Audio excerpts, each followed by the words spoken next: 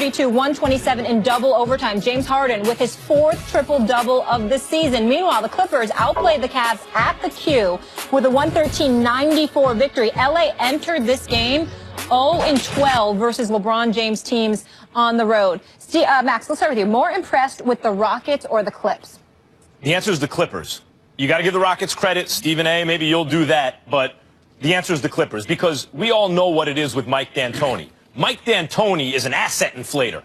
He'll make your team look better than they should look, right? But no one really thinks the Rockets are going to push anyone to win in the playoffs. They're going to be exciting and they'll have highlights and all that kind of stuff. But the Clippers? Yeah, the Clippers are expected to contend. They are expected, along with the Spurs, to actually push the Warriors in the Western Conference. They're the team that I and others have identified as the one most likely to upset the apple cart. So here they are coming off 3 out of 4 losses. Last game, you know, Blake sits. That was Doc's decision. And now they're playing the Cavs. And all I was looking for from the Clippers is, can you compete and lose a competitive game? That would show me something. And they did a lot better than that.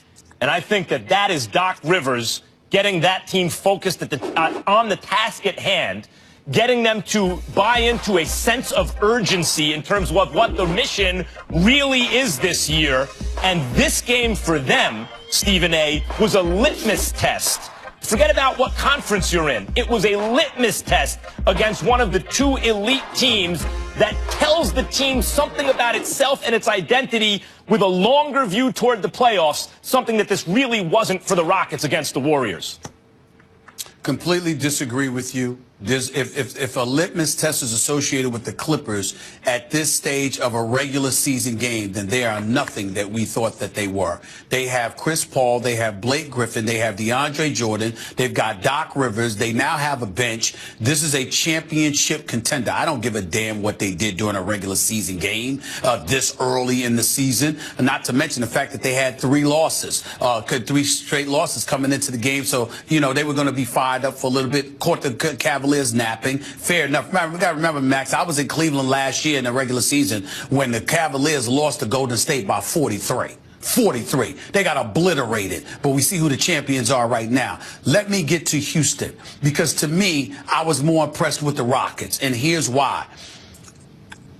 James Harden's a superstar, man. This brother's on another level. I mean, right now he's averaging 28. I mean, what is it, 28.7, 12 assists? You know, I mean, like 7 or 8 rebounds. This dude is doing it all. He's the one competing with Russell Westbrook in terms of numbers and potential MVP candidacy. But I got to give some love to Mike D'Antoni too. I mean, this team and Daryl Morey. You got to remember what happened with Houston last year. James Harden has a meeting. According to the players on the Rockets, they come out of that meeting, and the next thing you know, Kevin McHale is fired. 11 games into the season. You had dudes that felt that that was something that Harden did. Whether it was accurate or not, we don't know, but that's what they felt.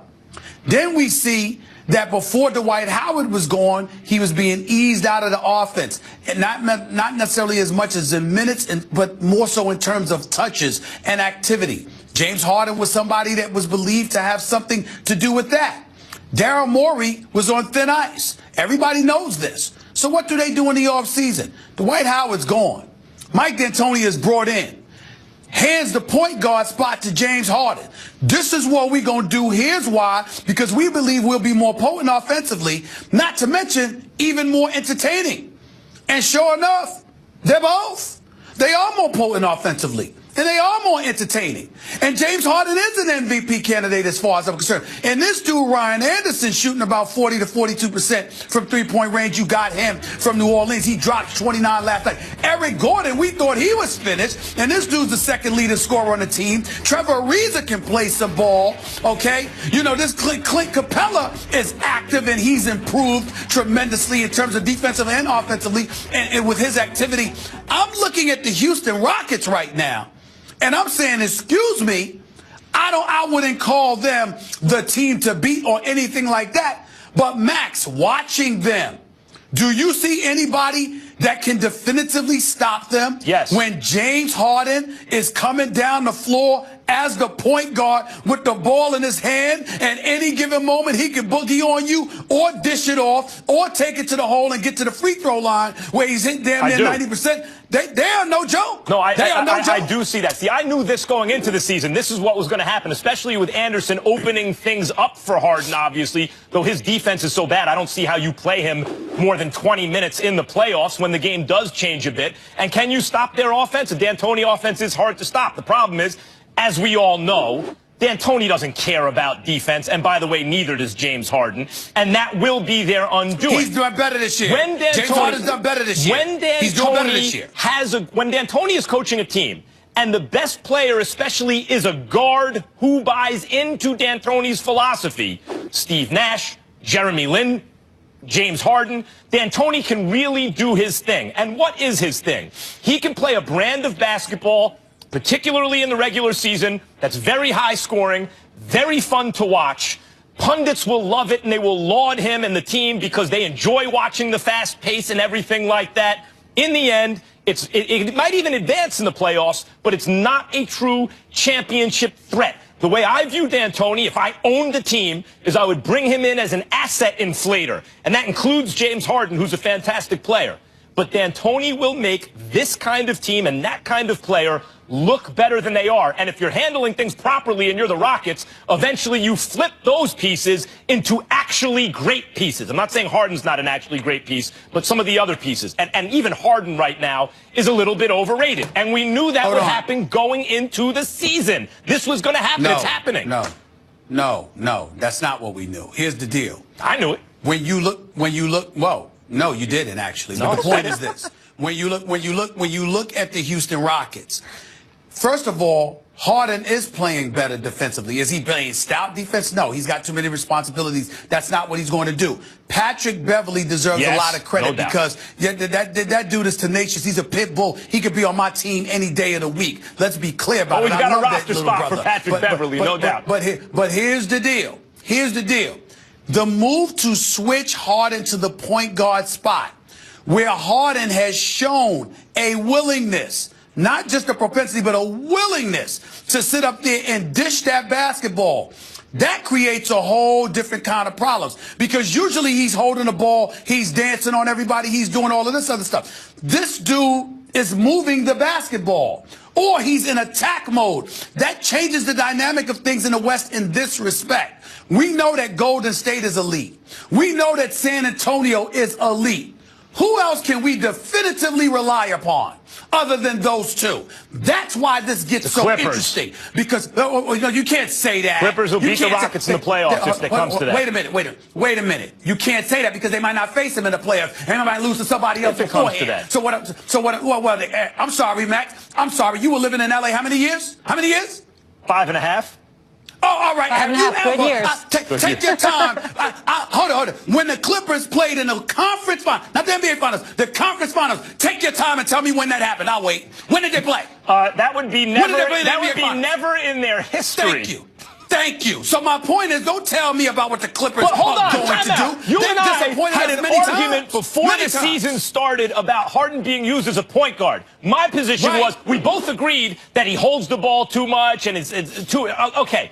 My point was D'Antoni is going to use him as a point guard in a way that will make Harden, who's a great player, look even better than he is. We debated that. And in fact, that's precisely what happened. Right now, you knew it'd be Westbrook and Harden in the MVP conversation because D'Antoni's got Harden at the point. But what I'm saying to you is what we have to step back and recognize is that despite what both of us have said, what we're seeing is not just a level of explosiveness from Harden. We're seeing unselfishness. And with the backdrop of everything that happened last year, I didn't expect to see it this early. And because you're seeing that right now, and Ryan Anderson, everybody, Clint Capella, I mean, who the hell expected something from him? Well, but he looks good. He really looks good. Because my assumption is Daryl Morey never brings in Mike D'Antoni if they don't have reason to believe ahead of time that Harden is going to buy into D'Antoni. That's the key to any D'Antoni team. Does the best player, particularly if that player's a guard, buy into D'Antoni? Stephen A., he made Jeremy Lin look like the second coming. What do you think he was going to do with James Harden? But come on now, 'cause, you know, you can't always say that because I don't find Kobe being somebody that bought into D'Antoni. He didn't. That was the problem. Listen, he wait a didn't. minute. Wait a minute. D'Antoni should have never been the coach there. No doubt. That should have been that should have been Phil Jackson's return. So that's my point. Now he's got Harden, but still in all, with all of Harden's history in terms of ball hogging or what have you, what we're seeing him do right now, I'm saying the point of this segment to me is I got to step back and give Harden a whole bunch of credit because I know he's a superstar talent, but he's leading this team. He's leading them. He's being unselfish. He is flat out balling. And if he continues to do this, I can't definitively say that Houston can't make it to the conference finals. I can't do that. I can definitively say that, but I'm glad you finally come around to my way of thinking about Harden and D'Antoni. Because of the Clippers? Sure, because or the Spurs. Or the Spurs. Yeah. Clippers or Spurs, I'm not saying the Clippers can beat anybody, right, but they can lose to anybody. Well, don't give me the Clippers until I see it. Listen, with the chips on the line, Doc ain't letting this Clippers era go by without at least a conference finals appearance. It's going to be this year. Now that's emotion talking. What is this? Well, I mean, that's emotion talking. Leave it you there, don't know guys. that. Even though you two are fire on the NBA, we got to leave it there because Will Kane, he's about to be fire on those Cowboys. He's got that Friday feeling because it wasn't easy. But Big D wins their 11th straight game after holding off the Vikings. Is America's team now a lock for the Super Bowl? Don't miss that discussion after the break. And this, two of the NFL's best receivers face off on Sunday. But who gets the last laugh? Former Steeler and Giant receiver Plaxico Burress will tell you if he's on Team Odell or Team Antonio. He's to the 40, 15, 10, 5, touchdown Giants! Oh baby, is he good! Throws it over the middle, touchdown, Antonio Brown, and this place you're up. I think Antonio Brown's the best receiver in the game.